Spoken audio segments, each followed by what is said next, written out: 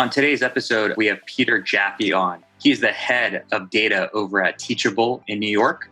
We're going to discuss a case study when hiring the first data scientist makes sense and when it doesn't, and also third-party vendors, the question of building in-house versus buying. Enjoy the show. Peter, thanks for joining us. Would you mind telling the audience a little bit about yourself? Yeah, thanks for having me on. As you said, I'm the head of data at Teachable. Teachable is an e-learning platform. I had a small data team. We have, including myself, 4 engineers and 2 data analysts on the team. Teachable is about 150 people, about 50 or so in the tech org. Before Teachable, I was at an ad tech company called Freestar, where I was VP of engineering for data. And we built the data pipeline from the ground up there. Before that, I was at the Hearst company doing data. So yeah, been in data for a while. Definitely the gamma from some big companies to startups. And I know when we were discussing things, growing your team, when do you make a hire? When do you not? That's a big topic for a lot of people out there. It doesn't matter. I guess, the size of your team is kind of irrelevant, but when you decide to make that next hire, and I know it's something that you had a good case study that you wanted to bring to light. So I was hoping you could share that story. Yeah. So, when I joined Teachable, there was a data scientist on the team. There was 1 engineer, 1 data scientist, and 1 data analyst. And this was about almost 2 years ago. And Teachable at that time was about 80 people, so around half the size. You know, rapidly growing company, very active product engineering team. The data scientist, when I joined, was basically doing data analysis. He was answering ad hoc requests for running SQL jobs and stuff, along with the data analyst. And, one of the first things I asked when I joined was, why is the data scientist spending his time running SQL jobs, doing the exact same work as the data analyst, basically? And he had done some other stuff, like he had built some ETL processes and things, but he was not really doing data science.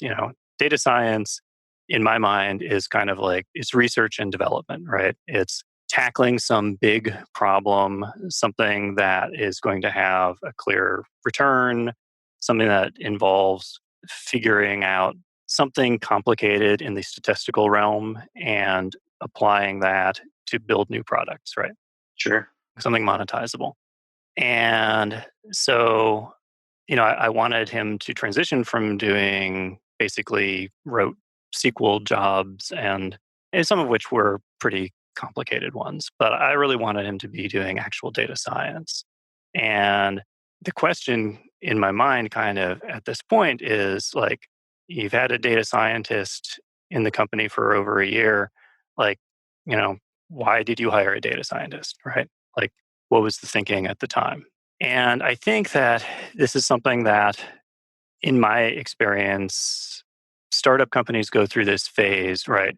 They go through this phase first where they have no data team at all. Sure. And it's just product engineers, whatever, are answering questions when people have them. They're running SQL queries for folks or whatever. And then you get a little bit bigger and you start to hire some data folks. And I think that to an extent, data science is like a real buzzword right now. Maybe not as much as it was a few years ago, but it's still very much this kind of like buzzy thing. Oh, we need data. Ambiguous too. Yeah, right, exactly. Let's hire data science. And right, and different companies use the word to mean different things. In fact, when I worked at Hearst, my title was data scientist, but that was not even close to what I was doing. I was building real-time event pipelines and ETL processes on top of those and APIs to power products in the company. Not what I would call data science at all. But the person who we had at Teachable was a data scientist. I mean, he had a PhD in astrophysics, like your total kind of data science person who understood research and statistics at a very deep level. And he wasn't being utilized really. And so I spent a lot of time then kind of trying to get feedback from the leadership team on what would you like the data scientist to be doing? What projects should we be working on that will have a return for the company? Meanwhile, he and I were kind of just trying to figure out on our own what are the things he could work on because we weren't getting a lot of feedback. And I think that ultimately comes down to the fact that the company had hired a data scientist because it was like a buzzy thing. And oh, we're growing, we need data, let's hire a data scientist. And then we didn't really have a strong use for a data scientist. That's why they hired you, right? Well, I think that that is actually true. It's like when I joined, the data team was very kind of, we had three really good people on the team, but there was no direction. They were just kind of, everybody was prioritizing based on just what they individually thought made sense. We had a data engineer who had a lot of experience and he was trying to build an event pipeline, but this was not in any way interconnected with ETL processes or really anything else that was going on. And so I do think that that was kind of like my job, was to come in and give direction to the team and say, okay, let's rebuild the data. We didn't really have a proper data warehouse. We just had a copy of the production database. I was like, let's build a data warehouse. Let's get the data scientists doing data science, and let's, figure out what the data scientist can do that's going to bring value to the company. And is that kind of when you went in, like when you did your assessment, is that what you ultimately came to? And I guess more importantly, how did you do your assessment when you go in? Because I think sometimes it's a delicate area, right? Like either the CEO of the startup or maybe the CIO, CTO, someone has kind of pushed some data initiatives, and now they brought you in. So it's kind of balancing like this is okay, but we need to improve it. So I was curious, like, how do you go about that discussion? Like once you kind of had fleshed things out too. In the particular case of Teachable, I feel like the leadership team had taken a look at the state of the technology organization in the company a few months before I joined, and realized there was kind of a gap in the management layer.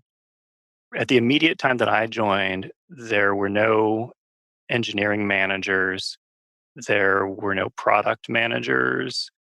So it's still pretty flat. Yeah, like everybody was reporting up to the CTO. There was a VP of engineering, but they were in the process of, kind of building the management layers and rethinking the organization of the engineering team and stuff like that. So when I was going through the interview process and I was talking to like the CFO and VP of engineering, VP of product and so forth, and we were talking about like what is the state of the data team at Teachable and what do you need? And there was widespread recognition that it was a little bit unformed, that there was a real lack of structure. And I remember spending a lot of time in the interview process just talking about agile methodology, and which Teachable was not using yet at that point. And I was like, yeah, I absolutely want to get the data team using agile methodologies. We need to have some structure around ad hoc data requests, a Kanban board, something that will turn it from people slacking the data scientist and data analyst and saying, hey, can you do this today, to actually submitting requests and prioritizing and stuff like that. I think that in my case, I was lucky to be in a position where there was already a recognition that we needed to change. I don't think that there was a recognition that we didn't really need a data scientist at that point. And I don't know, it felt like more of an uphill battle to kind of get, as I said, I spent a lot of time just talking to different members of the leadership team about what would you like to get out of data science? What are initiatives that would be helpful to your team? Did you go back in that dialogue and give suggestions too? Yeah, definitely. I mean, we would be like, okay, we could model customer churn. We could, develop recommendations for the, when someone's in the help center, and we could use AI to help better surface relevant articles for people who are searching for help so that we can reduce the volume of help tickets being submitted to humans. There were other things kind of, along those lines. None of it really got a ton of traction. The data scientists did work on modeling the help ticket queues. That was something that was requested by our VP of customer care, and he spent some time on that. But aside from that, there wasn't a lot that people wanted. And so what ended up happening is, he got bored and he ended up moving on. He ended up taking a job as a data scientist at a much bigger company. And then I was like, okay, I don't think we need to replace the data scientist, and I wrote up a bunch of suggestions of different paths we could possibly go: hiring, not hiring, devoting resources to data science, or just giving it up entirely, and put these all in front of leadership. And they basically, like, nobody wanted to continue with data science. And I was like, okay, I'm going to take that headcount and hire a front end engineer, because I've got all these APIs I've been building and I need front end resources. And I've been waiting to get those from the internal tools team, but I would much rather just have a front end engineer on the team. And that's worked out very nicely. Yeah, no, it sounds like case. I guess when you're having those dialogues, I guess a lot of times, as a manager, you could get frustrated if you're not getting a whole lot of direction. It sounds like you did a good job of presenting a lot of different options, and essentially sounds like you had a plan B that maybe you were hoping turns into plan A, which in this case definitely happened. But I guess, do you suggest that, like, present different opportunities and options, and make sure you also, in that same sense, have a backup if none of these are attractive or people show interest? I think that's the way to go. And I mean, as we were doing this, we were going through a process, me and the data scientist, of developing various possible projects that he could work on that we thought would have a return. And in the month or two before he left, I was starting to push the leadership team a little bit harder with this and be like, we need feedback. Can you please put this on the agenda at an upcoming meeting?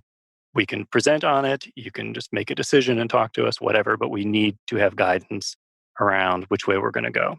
And I think in this case, it worked out fine. But if my data scientist didn't want to quit and he wanted to stay at the company, I think that it would have been something where I had to spend whatever amount of time was necessary, me personally, just pushing on folks in the leadership team to commit to a path for data science. Yeah, I mean, I think one of the takeaways that I have as well from that story is, regardless of the position that you hold, one of the main reasons people leave a job is they get bored or they don't feel like they're getting challenged, whether that's, in this case, technically, or they don't feel like their work has any real value to the company.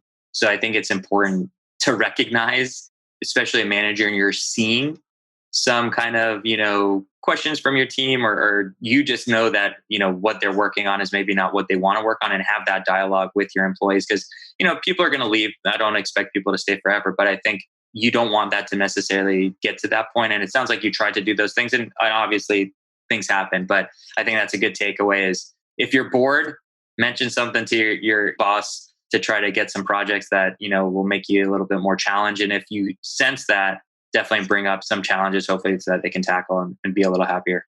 And it's worth mentioning that, I'd had many conversations with the data scientist over the year plus that we worked together around what are your career goals? Like, obviously Teachable is a small company. It's probably not going to be something we're going to ever build up to a huge data science team, but, what's the path that you would like to follow? And we talked about developing him into a senior data scientist, expanding the data science team a little bit. And we had ideas for how that could happen. But of course, those involved actually getting feedback from leadership on, yeah, we want to pursue this direction. And we do agree that this will have a return and it would make sense to eventually staff up on that. Yeah, and I think it's not just startups. I think any org, Yeah. you can have those same hurdles. So I think the moral of the story is, look, do your part. Have good communication with your team, and both your direct reporting team and then also your management team. And eventually, one way or another, things are going to get flushed out. But I think the real takeaway is, in this case, it worked out for you because you were prepared for him leaving, not getting feedback for plan B, which turned out to be a good option. So always be prepared. I know something else that you're really passionate about, and I think it's actually a really great topic, because your company, you got resources, you're a manager, and then there's these third parties that are knocking on your door all the time. And I know this is something that you're passionate about. So I wanted you to kind of give an overview of how you feel third parties are kind of attacking and affecting the industry, and where you feel like the value is in using them and not using them, and kind of just your thoughts around that. It's something that I've observed for many years. There are so many of these kind of middleman organizations in the data space that want to do your data prep, your ETL. They want to handle your event pipeline.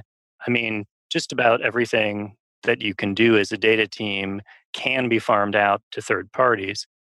And, again, when I joined Teachable, we were using a third party for our ETL processing, and we were using a separate third party for event capture. And in both cases, it was pretty unsatisfactory for a bunch of different reasons. And I think that what happens is kind of same thing. If you're a startup company, you don't have a data team yet, right?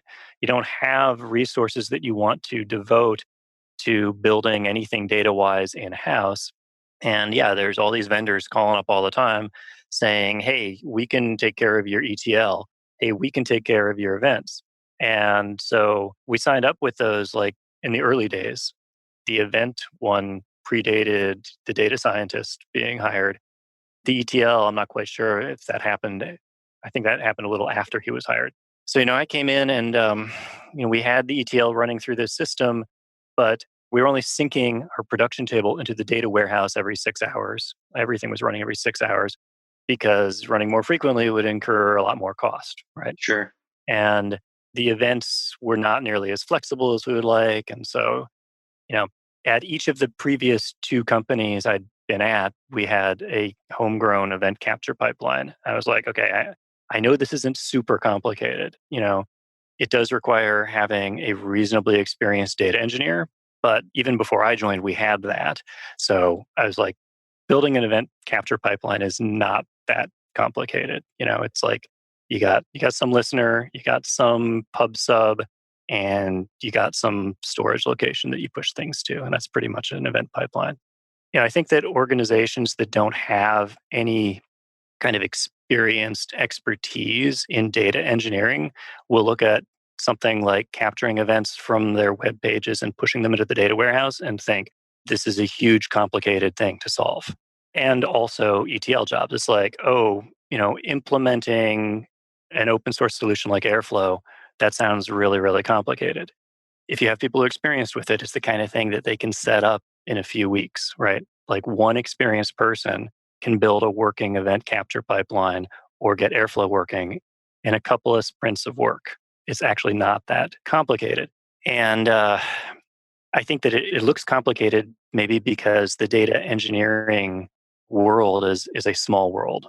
There's not that many experienced data engineers out there. So I think that companies, people at companies, they're looking at this as a big engineering challenge. And then there's a third party who says, well, we'll do that for $10,000 a month plus a $40,000 setup fee. And you're like, okay. I mean, you could hire a data engineer for that. Sure. But, going the path of least resistance. Yeah, I guess when you're in a situation where you're not aware, obviously, if you know, and to your point, it could be more cost effective just to hire somebody. What do you do? Do you go seek out other heads of data to talk to them? Do you try to get some feedback from people just to kind of get a sense? Because obviously, a vendor wants you to go with them and probably not going to tell you could do it in house. So, where do you get the kind of the balance to then kind of make a better decision? I think it's important to have that data team or that data person. So at Freestar, the ad tech company I was at before Teachable, when I joined Freestar, I think there were a dozen employees, maybe 15 employees. There was one engineer when I started, and they hired me and two other VPs of engineering at the same time. And I think that was like just the smartest move they could have made. Instead of going out and hiring less experienced engineers to try and solve problems, they picked three people with a bunch of experience who they thought could come in and build a world class data processing pipeline and infrastructure and microservices infrastructure and all this stuff. And we did. It was, I think, a really smart move. Then, you know, none of the three of us stayed at the company more than a year and a half. But when we left a really robust microservices architecture, a really robust real time event capture pipeline that was, supplying customers with real-time information. We put it all in place, and there was never any need to go to third parties to try and figure any of that stuff out. I think that if you're in a company that does not have a data team already, I would say first thing is hire an experienced data engineer. Don't go with a data scientist as your first hire. Go with someone who has experience with pipelines and ETL and stuff like that. Make it an expensive hire, but bring that person in to build your infrastructure, and then you will have it in place. So you're much more of the philosophy of build it in house, you own it, and then you can do what you want with it. And if whoever built it leaves, it's still not going with them. So you don't have to worry about that. Exactly. I think it's, from my experience, is that you get a lot more bang for your buck building a robust, customized solution that fits your company's needs. Because if you go with third parties, what ends up happening is you run up against the limitations. This is what happened with, the ETL provider and the event pipeline provider that we were going with the Teachable. We hit a point where syncing data every 6 hours from the database into the data warehouse was just not acceptable. Like, we couldn't answer questions in the moment that we needed to answer that way. And furthermore, we couldn't do any really sophisticated transformations in there because you couldn't write code in there. You couldn't write some Python or Java code in there to do sophisticated stuff. So you hit those limitations, and then you end up having to eventually build it in house anyway. But you do it at a point where you've already got a bunch of processes based on these third party solutions. And then you've got to have this whole transition, right? And that, it's just a little more painful to do it that way. And you end up having this period of however many months where you're not getting the stuff you want out of your pipeline because of the limitations of the third party, and you're waiting until you can have the in-house solution built. And I guess if you're in this situation and you got to kind of fight the battle with executive management, are you using that as a baseline of comparison? Just kind of literally saying, if we build it in house, this is the cost. If we go with a third party, this is the cost. And I guess sometimes it's being able to be clever enough to get somebody to see your point, especially if it's a startup and they're cash sensitive and making a hire seemingly is a bigger expense initially than going with a third party. Like, what advice do you have to present that business case? Like, what have you seen that really kind of resonates with the ultimate decision maker? Because you might not have the ability to get that head count, which is what you essentially need to build it in house. Right. I think that you need to explain the value of expertise. What you get when you hire someone with expertise, it's more than just the tools they're going to build, right? It's also all this understanding of how processes work. Like, a third party that gives you ETL is not going to give you any expertise around best practices in ETL, or how to build a data warehouse or anything like that. Ultimately, I think if you're in the kind of an organization where leadership is like super cost sensitive and they want to go with the lowest bidder ETL vendor, that's just an unpleasant situation to be in. I mean, I would not want to be at an organization like that. I think part of my advice is choose to work for organizations where people value data. And if you're a data person, try to avoid working for a company that wants to go with lowest bidder third parties. That doesn't mean that you want to work for a company that just wants to throw endless money at data. I would say we're pretty frugal about spending at Teachable, but we spend where it counts, right? I think that's what's important. You don't want to waste money. It's easy to spend, tough to make. So you got to be smart about what you do. And like you said, if you're just throwing money at the problem, that typically doesn't solve it either. So I think you have to have the right game plan, and then accordingly, building in house, as you mentioned, always gives you the advantage to scale up and scale down too. And once you own it, I think there's a lot more accountability. So I think the team really takes ownership of it rather than when you're working with a third party. And that's not to say that there's not great third party vendors and people that can help. It just sounds like, in your experience, your preference, obviously, if you have the ability to go build it in-house, then that's the best path. There can be a stage of an organization where a third party vendor makes sense. And there can be organizations where a third party vendor makes sense because they're never going to hire a data team. Okay. So, sure. If it's the kind of company that doesn't have a big engineering team or that just isn't going to go the route of hiring anybody other than, maybe a data analyst to run some SQL jobs, then third parties may be fine. But I think that a really data savvy organization that really is committed to making data driven decisions, it's almost always going to be better for them to invest in a data team and in building in house. Yeah, no, I agree. I think the investment internally, especially if you want to drive the data insights and what you're able to do and just have a more robust platform to do what you need when you need it and be flexible, you got to build it yourself. So I agree with that. Peter, it's been a pleasure. I appreciate you being on. I guess if anybody wants to reach out, LinkedIn, would that be the best place to think you at? Yeah, LinkedIn is good. Awesome. Sweet. Well, hope you enjoyed this episode and we'll be back soon. Cheers. Thanks.